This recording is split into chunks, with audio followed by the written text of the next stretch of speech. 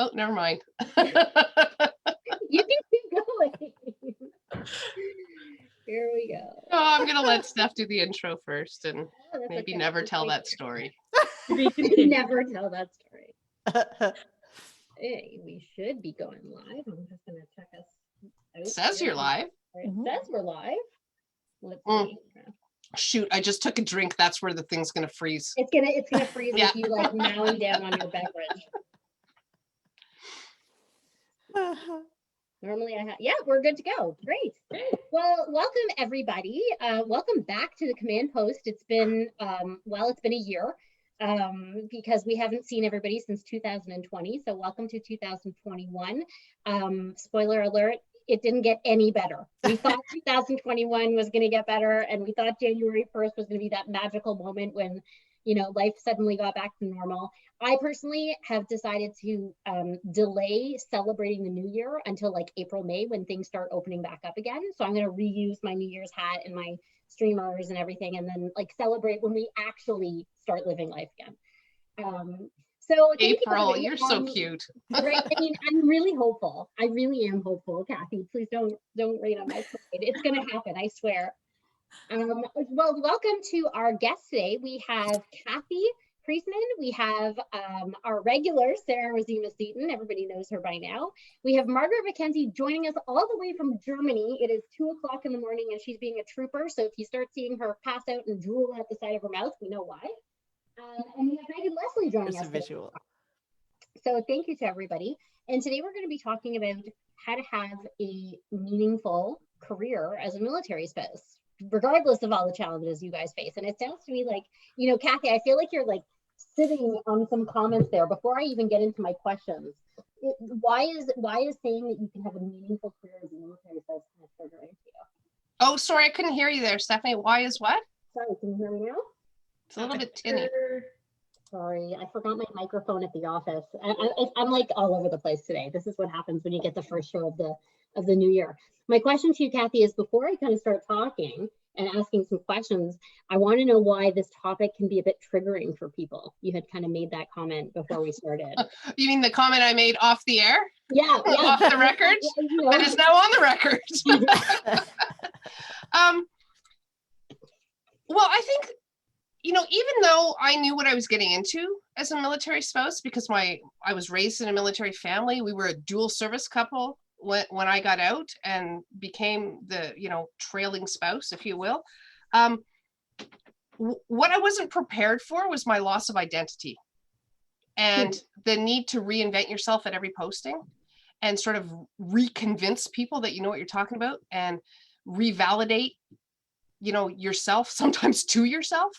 So I can understand how the topic alone can bring up a lot of bitterness in people. You know, if when you're first married, sometimes two spouses have, you know, equally powerful careers, and all of a sudden the posting comes up and somebody gives up what feels like everything. And that can be really difficult. I mean, I went in with my eyes wide open, and there were some bitter days in Toronto. You know, there were some, you know, and he couldn't do much to help me. It wasn't his fault. It was just the nature of the beast. So I think that there's a lot of emotion because people tie their identity to their career and to their job and to some sense of independence external to the military life, right? And I think it can just be a difficult topic. So as much as there's funny stories, there's also, you know, some yucky ones. Yeah, I want to talk about some of the challenges of you know, like, because you all have really successful careers at this point. And I think that's something to be celebrated. And I think that's an example for other military spouses out there that are wondering if that can happen for them. But maybe before we dive in, I'd actually like to give each of you an opportunity to just talk about your own military family experience, how you are related to the military, if you will. So Sarah, before we put our newbies on the spot, since you are very well versed in how this goes, why don't you give a little bit of your background and then we'll throw the others into the fire. Oh my goodness. Okay, so I met my husband in Australia. I am an Aussie. And I met him and he was still in college. And so I followed him all the way to Kingston, and then we got married and I had a great career. I was working in publishing, and Yeah, we got married and moved to Winnipeg and then on to Belleville, and found myself from a really awesome job to working minimum wage. So it's yeah, and now we've moved all over the place and lived in How many Mumbai. times have you moved, Sarah? 7 moves. So 7 moves. And at what point in your travel across the country with your kids and you know all the other challenges that you're facing, how many times did you have to change careers the whole time? At what point did you decide you're going to take matters into your own hands? it was probably about the third or fourth job that I had. And I'm like, this is, you know, I kind of got to the point where I'm like, this is enough. There has to be a better way. If I don't flip the script, I'm going to be bitter and angry. And what was your path before you actually started Big Red Bow? What was your path leading up to that career wise? So I still worked in marketing, so that my background is marketing. I took a short stint of taking photography courses and got my professional photography accreditation, which has come in handy.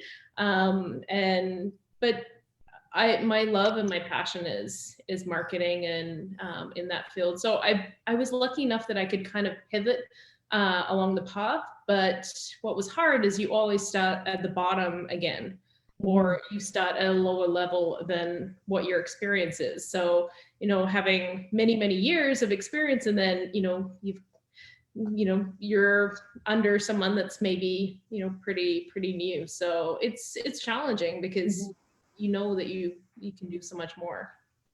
Cathys, tell us about your military family and your journey to this point. I was just doing some quick math because I thought you're going to ask me how many postings, and I always forget. So I moved 10 times as a military child. My father was in the military, and we lived in Pakistan for a year and a half. They were in England when I was at university. I went to high school in Yellowknife, so bounced all over the place. That was great. 5 moves as a military member, then got married, and we had 7 moves with Mike still in and me as a spouse. And that was across Canada, US, and to Europe. So 22 in total. Yeah, I think 20 around there. I may. And how many years did you serve for, Cathys? 12. You served for 12 years, and then you got out. And what did your career path? Where did your career path take you after you got right into the toilet? Like, do not pass go. Big flush. Because I got out of the military and I went back and got an MBA like within 3 weeks. I was back in school right away. And right after I graduated was 9/11. So I graduated in August, and September, you know, the world crashed. And what happened there was the economy crashed. Everybody got really risk averse. The trust levels were really low. So it was very hard to find work, and it was definitely hard to find meaningful work, and work at a level that I had just left. You know, I had a great job when I left the military. I was really happy. I didn't leave because I was bitter. I just left because I knew I wanted to go back to school again. And realistically, we knew that if we wanted to stay together and have any meaningful kind of relationship, that we were going to have to make a choice. I bounced around for a while, not really able to find anything for that first stretch of time. In fact, Mike came home from work one day and I had made like, I want to say 400 chocolate chip cookies. Like, it was about 15 pounds of butter. Like, there were cookies everywhere, all over the kitchen, all over the dining room, all over the family room, drying all over the place. And he walked into the house and he was like, oh my God. And I was all, you had nothing to do, or because I had nothing to do, and I had, you could have become a baker. Yeah, well, they weren't that great cook. I mean, they were okay, but like, I had no sense of purpose. And so I was like, okay, as soon as these cool, I'm packaging them all up, and we drove down to the Mission in Ottawa and we donated all these cookies because I needed to feel like I was contributing to something. And eventually, you know, we moved again, and I had a great job while I was in Europe, and then couldn't work while I was in the States. And then finally we got posted back to Ottawa after bouncing around a bit.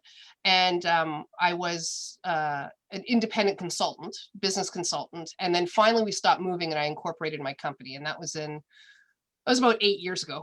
So I've been incorporated for, you know, since 2012 now. And have you been in Ottawa since? Yeah, we haven't moved in like 10 years. You should see the crap in our back room in our basement. It's unbelievable. Well, you don't have the reason to purge every, Nobody needs this many Halloween decorations. Yeah, I It's unbelievable. totally disagree. Yeah. And so, Cathie, what kind of business do you have now? I own an image consulting and marketing company. So we're image strategists, and we work with medium-sized organizations to work on their image strategy, their branding, document development, and that sort of thing, like strategic plans, annual reports, corporate social responsibility plans, stuff like that. And Sarah, I didn't ask you. Tell us a bit about the elevator pitch for Big Red Bow.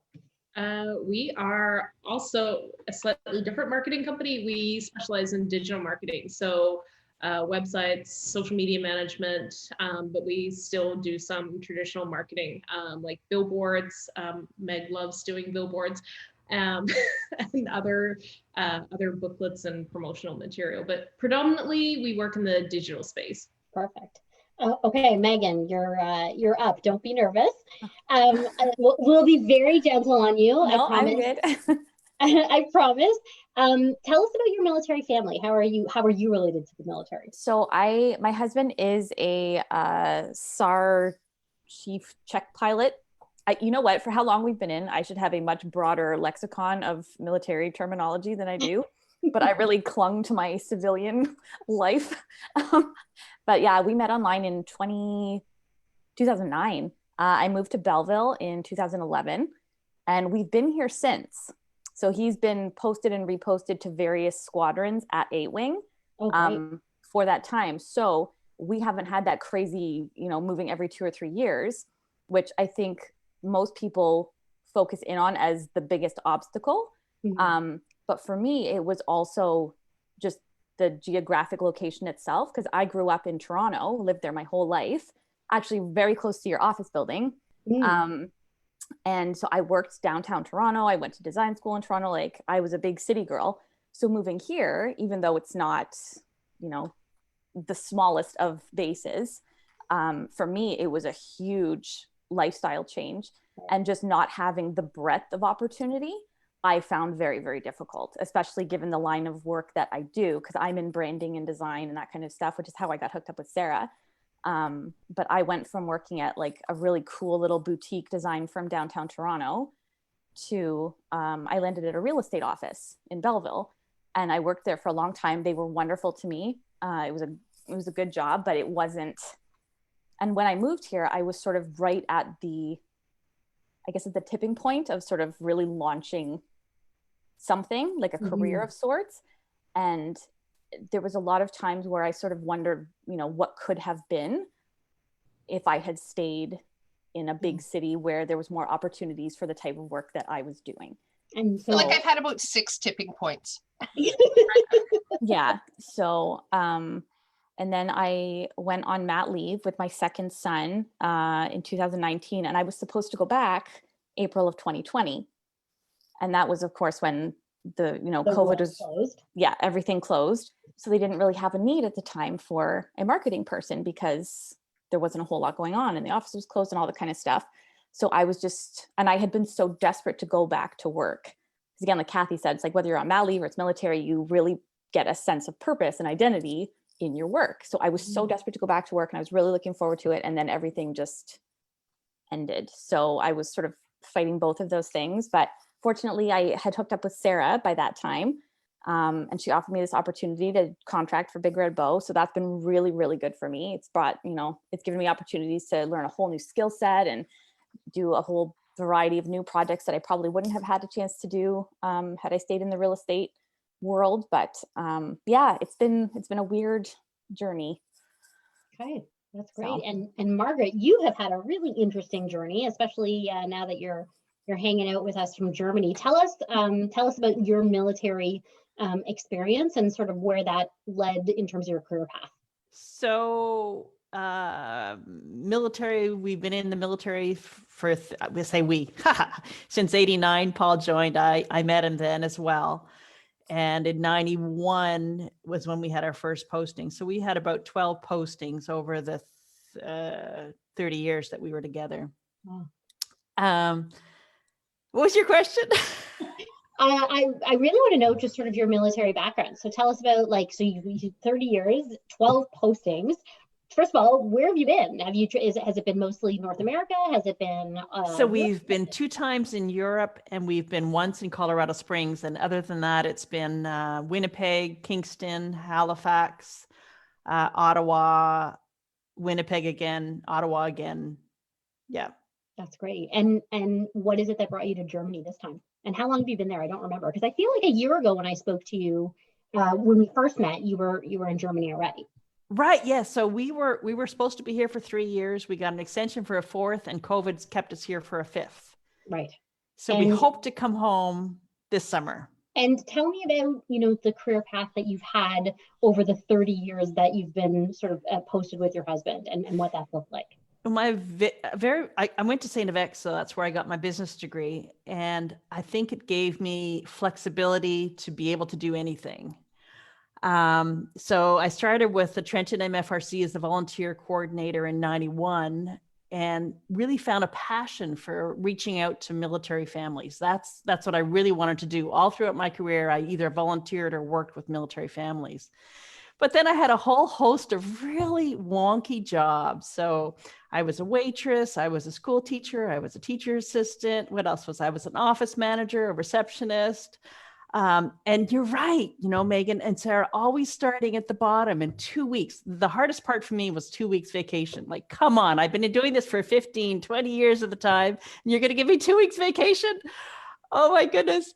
So about my first year in Germany, I got a job as the executive director for the Military Family Resource Center, but it didn't have walls. So we had 400 families living in 16 countries. And the very first thing that I did was reach out. So we called the team that I was working with. We called and we called and we called. For 6 months, we called each family. And the reason it took 6 months was because some of these families in remote locations had never had a phone call, had no outreach, nothing. And so sometimes we were on the phone in French or in English for 45 minutes. They really needed support, and they weren't getting it. Because what I found out later was at that time, only 10% would come into the military family resource centers.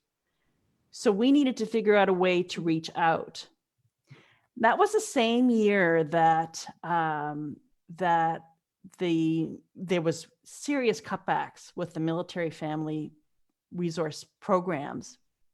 And so they did big changes in Europe.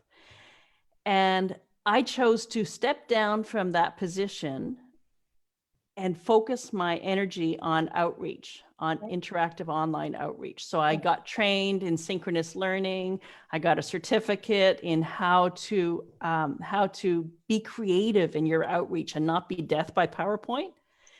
And I never looked back. So that was the best decision for me to step down and do what I really passionately love to do, is reach out. And some of the stories. So for example, we hosted Empty Nest Club. Now, people in Europe at the time, and WebEx was brand new, like it was 2 years old maybe at the time. So I'm dating myself. But we hosted this Empty Nest Club where people would come and they'd either celebrate or mourn the fact that their kids were away from them, because it's hard. And sometimes you're happy, sometimes you're really stressed. Well, because of that, we were able to reach one family who was in a remote place. They were all by themselves. They didn't speak the language. The kids were away, and this woman was stuttering. She was pulling out her hair. She was so stressed because she was missing her kids. And because of that interactive online workshop, we were able to connect her with a social worker to get her the help that she needed. But if we wouldn't have done that, we never would have known she was there. So and you've been doing so much interactive online work for years. And it's funny because of all people, you were so well equipped for COVID to hit and to start navigating this online world. I mean, you're like, I've been doing this for years. Get on board, everybody, right? Come into my playground. This is what I do. Right. That's great. That's great. I have questions, and a few of you have alluded to them. What do you think, not only for yourselves, but in general out there, just for those who are not part of the military community watching, what are the biggest challenges to trying to find that meaningful work. And you know, Cathie, when you said that you lose your identity or your identity is so attached to that career, it resonated really, really deeply with me, because I absolutely feel that same way. And so what are the biggest barriers to kind of finding that meaningful work, aside from just the obvious of like moving? You know, what else is there? And Megan, you alluded to the fact that it's just where you're located. Mm-hmm. And I throw this out to any of you. Oh, Cathie, you're on mute. It's weird that there's actually 3 of us in the marketing field together, because I feel like in some ways we're not really representing the entire, you know, spectrum of spouses. One of the 2 groups that I really feel for are healthcare professionals. Mm-hmm. So nurses, doctors, people who need to be recertified to work in a different province. Yes. That's a nightmare. Yes. And same with teachers. Yeah. So you can have super duper qualified teachers die into work, passionate about what they do, and they arrive somewhere and they might be able to get on the substitute list when they had been the head of a department with groundbreaking ideas and programs before. So I think we're lucky in that, you know, Megan, Sarah, and I we're a little bit more portable in what we do, and Margaret definitely. I mean, she's super virtual, right? But there are certain industries or professions or fields that really feel it even more. And if you look at the healthcare ones, you're also talking about a significant income there that you can lose. Yeah. Right. So, or lawyers, you know, are you certified, you know, in the right location where you're trying to work? If you get posted to the States, you're done, you know? So those are the groups that I really feel bad for, because you're talking about bazillions of dollars in training, lots of experience, lots of leaning into it, you know, and seeing this career in your mind progress and this dream of where you're going to be. And then guess what? You're in Bagotville. Yeah. You know? And it's funny that Cathie says that, because I mean, and you're right, we're not a super representative thing, but I think we all know, like I certainly have, you know, friends in the military that the wives are teachers and nurses, and like I've seen that firsthand, like just so defeated, just sad. And it's like, you know, that's part of it, but it still doesn't make it easier to swallow, because, you know, it is. So even though I haven't experienced it myself, like I've seen it, and it's a rough thing to watch somebody just feel like all the effort has just been sucked away for nothing. And do you put the effort back in, because you're only going to be there for 2 or 3 years? And how long does the administrative machine take to crank it through? And I've had, you know, I've had friends that have ultimately, you know, after 2 or 3 moves, teachers that have just said, you know what, and they've had to do something else. They've like, you know, this is not sustainable for me, so I have to do something else. So it's like they have to give up something that they love, because just logistically it just doesn't work, and that's sad to see.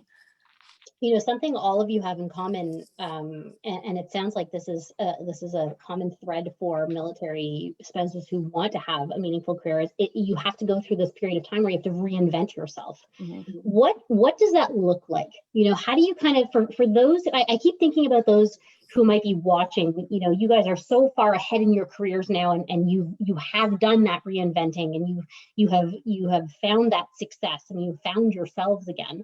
Where do you start?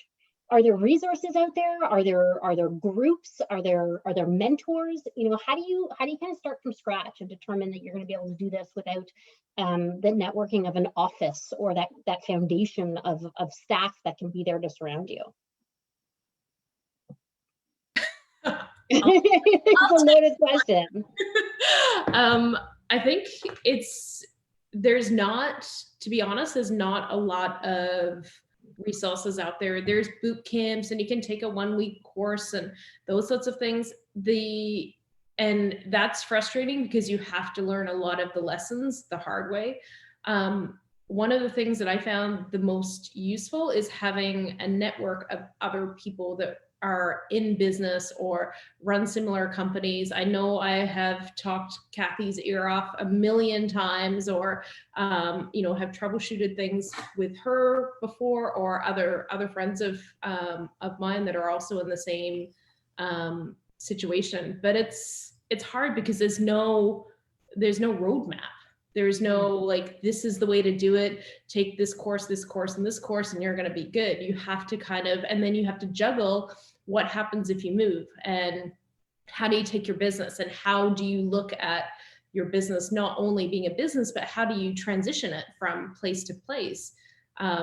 Some things are a big advantage, and some things are, are a big loss too. Like, moving from place to place, you can sometimes lose clients, but also you can have the opportunity to gain different clients. And what business is in each location is very, very different. So,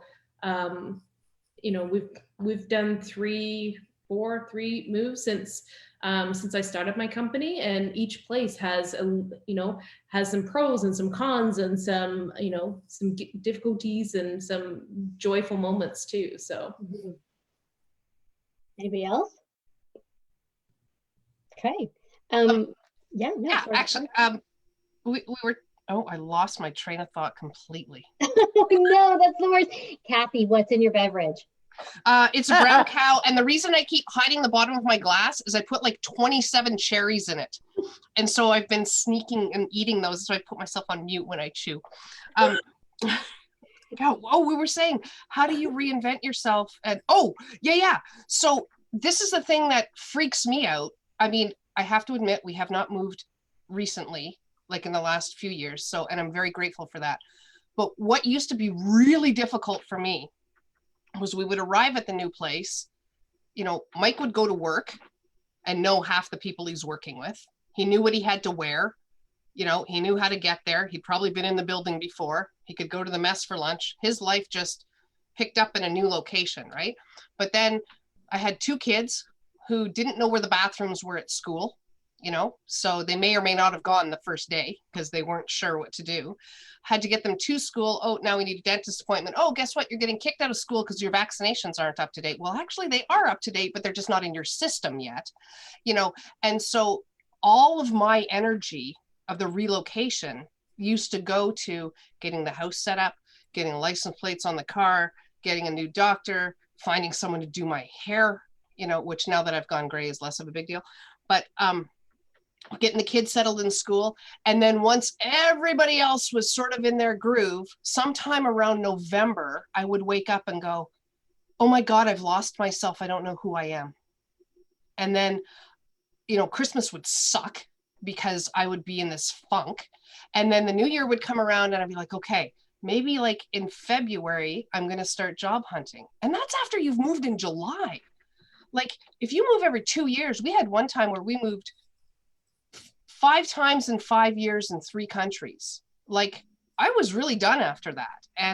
And the emotional part of your career and your identity and your job, I always put myself at the bottom of the list. And sometimes I look back and I wonder if I should have, because if I had been at the top of the list, maybe the others would have settled faster too. But I don't know, you can't look back at it.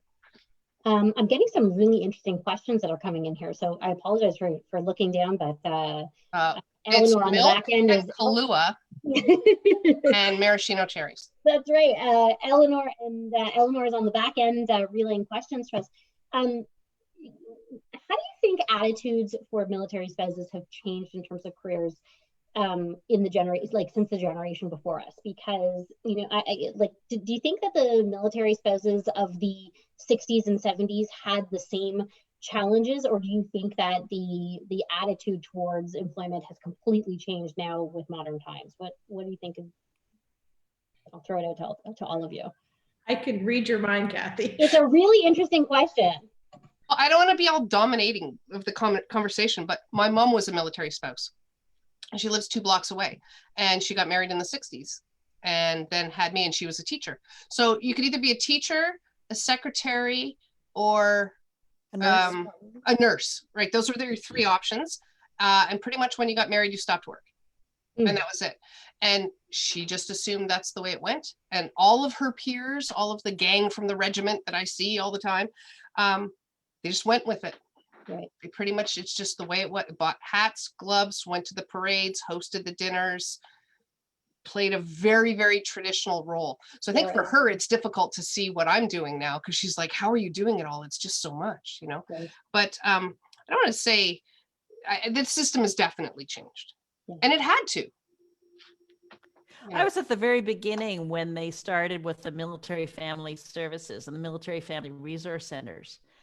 And I think that was a big pivot changing point from the 60s, where if we wanted you to have a spouse, we would have ordered you one, into, there is a family here and the family needs support if we're going to be mission ready. Right. And it sounds, when I'm listening to you, I'm just thinking about the career opportunities for military spouses. And it's not that you can't have meaningful careers, but if there's a professional designation tied to it, like, that's it, you're done. Like, don't even think about it. Is that kind of what I'm hearing here? You kind of need to think outside of those requirements of the teacher and the healthcare provider and anything that requires transferring of professional designation. Anything outside of that you could probably bring with you or navigate. You have to be It's a creative. bit of an overstatement. It's not that bad. Okay. I mean, okay. No, that this is a learning experience for me. So, sorry, Margaret, go ahead. Yeah, I was going to say you have to be creative, and back to the conversation we were talking about, adjusting it, each posting it. And I usually had a system where we'd have 3 to 6 months of just total lost, getting everybody together, getting the kids sorted, getting them organized. And like Cathie was saying, by Christmas time, okay, your kids are kind of getting into a routine. They may have friends. Then you think, okay, now I'm going to look for work. So you look for work, and then you get, a year into it, and you finally find a job, and it's just an entry-level job, 2 weeks off vacation. And then you get really good, and they see their potential and they bring you up, and then you leave again. So, just by the time you get really good at it, then it's time to start over again. And that is exhausting. Yeah. That really is exhausting. So yeah, just wanted to share that. I have another question here. This question's from Troy, who's watching. Are there any benefits available to military families that assist the spouse looking for employment in transitioning? Like, do the MFRCs help find employment? Or are there organizations out there that help find employment for military spouses? Absolutely. So most MFRCs will have an employment coordinator, and they will able to help with your resume. They will connect you. They've been networked with the area, so they know what jobs are good. Princess Entrepreneur gives a great boot camp. I think, was it you, Sarah or Megan, that you were talking about that, the boot camp that they offer? And that's available for military spouses. So there's a lot of different opportunities, whether it's for entrepreneurs or for trying to, find your niche. Right. That's really great. And tell me, what's been the, I've heard some of the cons about being a military spouse and trying to have a career. Tell me some of the pros. What are some of the things that you've learned, through your journey into finding the right career for you? I'm trying to be really quiet sometimes because we don't like quiet, Cathie. But I'm an extrovert, right? And we've been locked up for a year. So I'm like wanting to crawl through the screen right now, but I want to make sure everybody also has time. So I'm just like, but I love my career now. I love my job, and I love my company, and I love what I do. And I feel like all of those hills that I climbed in the past, and all of those obstacles that I overcome, and all that stuff that I learned, even the stuff that I learned in the military, especially that stuff, it's culminating now, and it's allowing me to provide services to my clients that there's no way I would be able to do if I hadn't lived all over the world. I was working a while ago with a client, and we were trying to do, but we were actually succeeded in doing some signage, and they wanted to really make sure that the signage represented diversity, right? Which, it's important. And it was for a young group of children, sort of like, I want to say grade 6 and below. And they really wanted to make sure that there was diversity represented. And they really wanted to make sure that, so we sent out our work with all these different fun kids and happy kids in it. And they came back and they said, we really want to see someone in a hijab. And I said, well, actually you don't. And they were like, no, we really, really do. We want to see the diversity. And I said, so here's the thing. Little girls don't wear hijabs. teenagers who have then become women at certain points in their life at a very marked occasion start wearing a hijab. If you put a hijab on a little girl, you're basically calling her out in this crowd of kids as saying, you know, you're either an early bloomer, or this isn't the, you know, you're not fitting into this age group necessarily. And they were like, oh, we had no idea. I'm like, well, so living in Pakistan as a 13-year-old girl for a year and a half, I learned that. That's awesome. So I wouldn't have been able to look out for my client that way and say, okay, I hear what you're saying. You want more diversity. How about if the mom in the group wears the hijab, you know? And they were like, oh yeah, that works great. And so I wouldn't have been able to do those things if I hadn't had these awesome experiences and living all across the country and living in different places across Northern Canada. When I work with my clients up in Nunavut, well, if we look at a picture of an Inukshuk that's made of rocks, was that made by an Inuit, or is that on display in Vancouver at Stanley Park? Like, that's not an Inuit Inukshuk, but I know what an Inuit Inukshuk looks like because I've lived and traveled up there. So the diversity and opportunity that the traveling and the military lifestyle has brought brings so much richness to what I do now. I wouldn't trade it for the world, although there were some pretty miserable days in there. I was going to say that's tremendous, but then you added your little footnote on at the end. What about the other three? What are some, you know, strengths that you've gained as a military spouse in pursuing your career? I'll go to Margaret first, if you don't mind. Sure, no problem. So thank you. That's a really good question.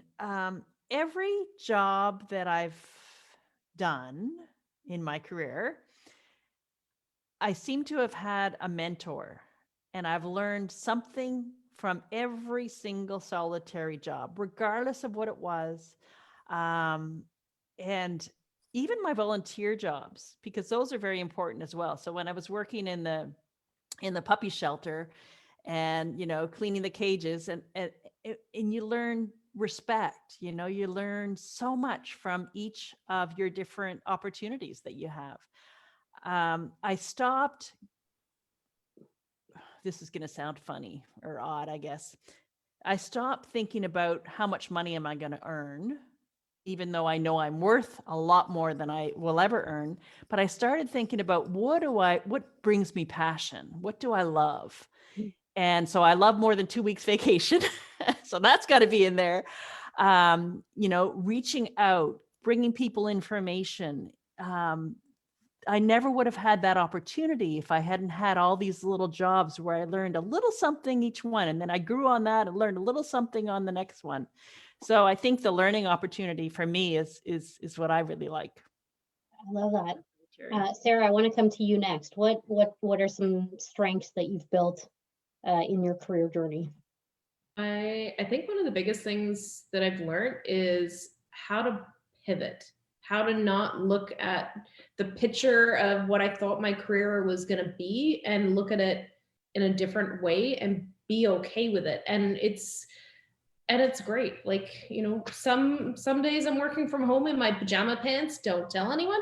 Other I just have to and you know, on the top, pajamas on the bottom, full disclosure. Other days I could be in a boardroom and having meetings, but what I like is that it's a journey that I've carved out and I've looked at it in a different way. And it's also made my life a little more flexible with my husband's career, but it's also given me the opportunity to be like, hey, I want to go to my kid's Christmas concert. It's at 3:00 in the afternoon and I'm going to do it. And then I'll work in the evening because I can, because the only person I've got to be accountable is to me, and also making sure that our clients have their things on time. And I think the flexibility is key. When I've been working for other traditional sort of businesses, I didn't always get to go to those things, or my kids were in daycare from, you know, early in the morning and I'd pick them up at 5:30, but, you know, their dad was deployed and they're exhausted, I'm exhausted, and pretty much everyone cries. Whereas this allows me to balance what's going on with work and having, you know, and have a meaningful career as well as make sure that the small humans are still alive. And Megan, you are most recent in sort of the reinvention of yourself here with your most recent move. I'm wondering if you've learned the lessons yet, or you're in the process of learning the lessons. I think a little bit of both, to be honest. When I moved here, the job that I had for the 9 years didn't exist before I got here. We had sort of agreed that I wasn't going to move until I found a job. So I researched a bunch of places in Belleville, and I sent out cold call letters, just said, I'm looking to relocate. This is what I can offer. And I got a call back from the real estate office. And I went and met with the broker there and said, this is what I can do for you. And he said, yeah, you know what? We could really use like somebody like that here. So I had the opportunity, it was like Sarah was saying, you find a purpose. So I had this opportunity to take this job and make it the best that it could be. And I put all of myself into it. And I've been gone from there, I guess, including my mat leave, over a year now. And I'm still in contact with a whole bunch of the agents there. Because I put everything I had into it to try and grow this marketing department into what I thought it could be. And I still have them messaging me all the time saying, we miss you. How are you doing? Like, so I cultivated something there that I don't think I probably could have otherwise. And it was something special that I built.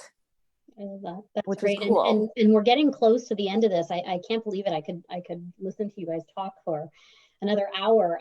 But I really want to end this with, for those who are listening who are just starting their career journey or feel a little bit lost and are looking to reinvent themselves, what are some of the key skills, not just technical skills, but some of the soft skills? What are some things that they need to that the individuals need to develop in order to be able to kind of be that self-starter and reinvent themselves and find that new meaningful career despite the barriers that they face being a military spouse?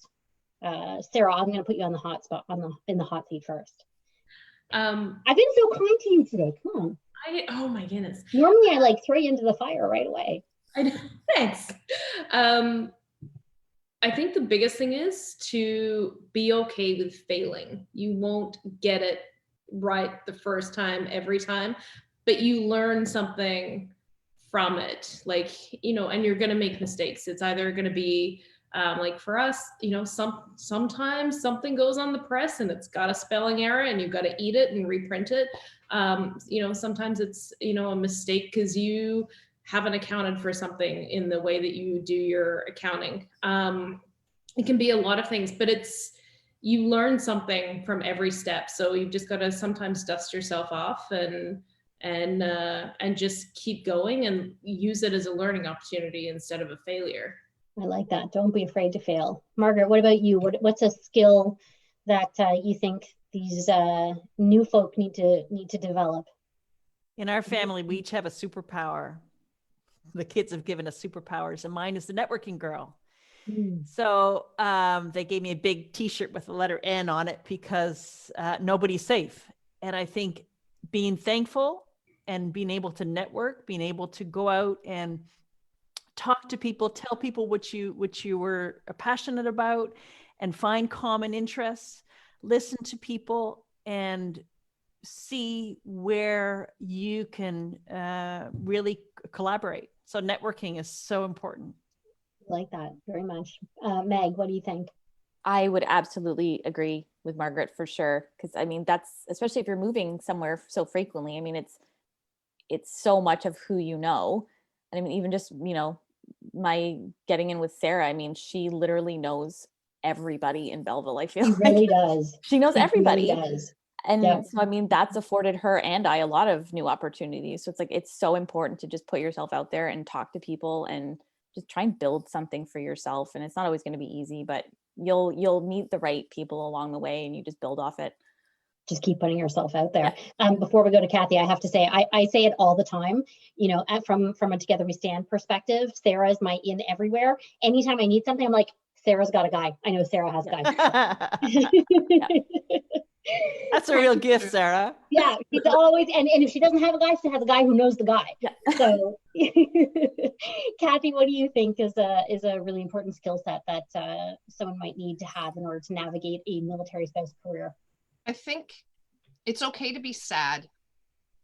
and it's okay to grieve the loss when you move of what you had or what you thought you were going to have or the career that you were building. And you need to acknowledge that. You need, like, really just know that it's okay to grieve that loss and to be sad. Try not to get bitter about it though, because bitterness is different from grief and sadness, and it gets blamey, and that can permeate other parts of your life. And it's harder to shake, you know, and it's harder for people to be empathetic with you.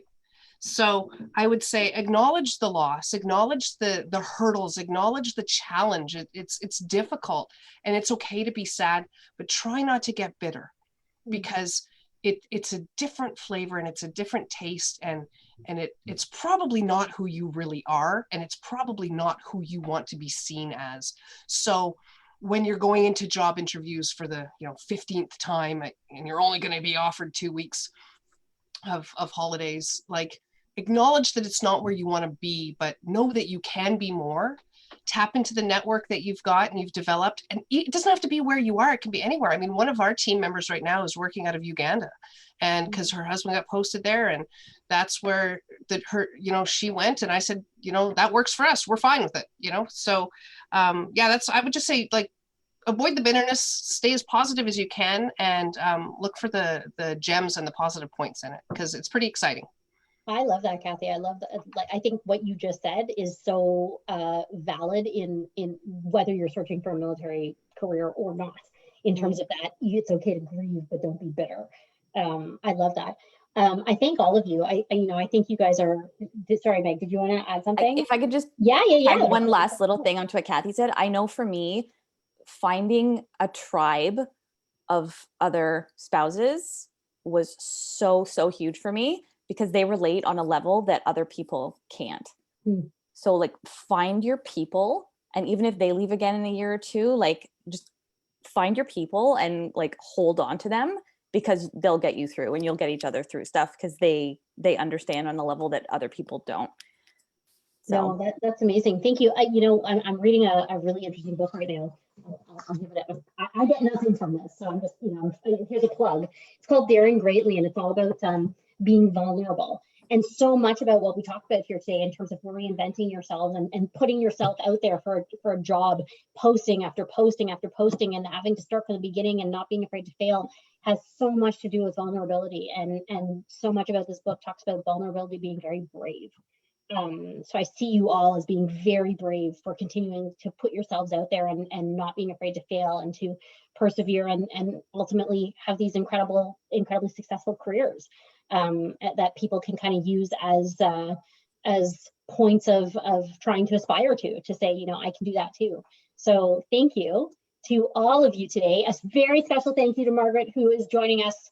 It's almost 3 o'clock in the morning for you, so you have a well-earned sleep ahead of you. Thank you. I thank all of you, Cathie and Sarah. Thanks so much for being with me again. And Megan, I'm so glad you got to join us today, and I hope me too. This is really nice, you guys. And thank you to everybody watching. We're so glad to be back doing the command post again, and we'll see you again in the next 2 weeks. Bye, everybody.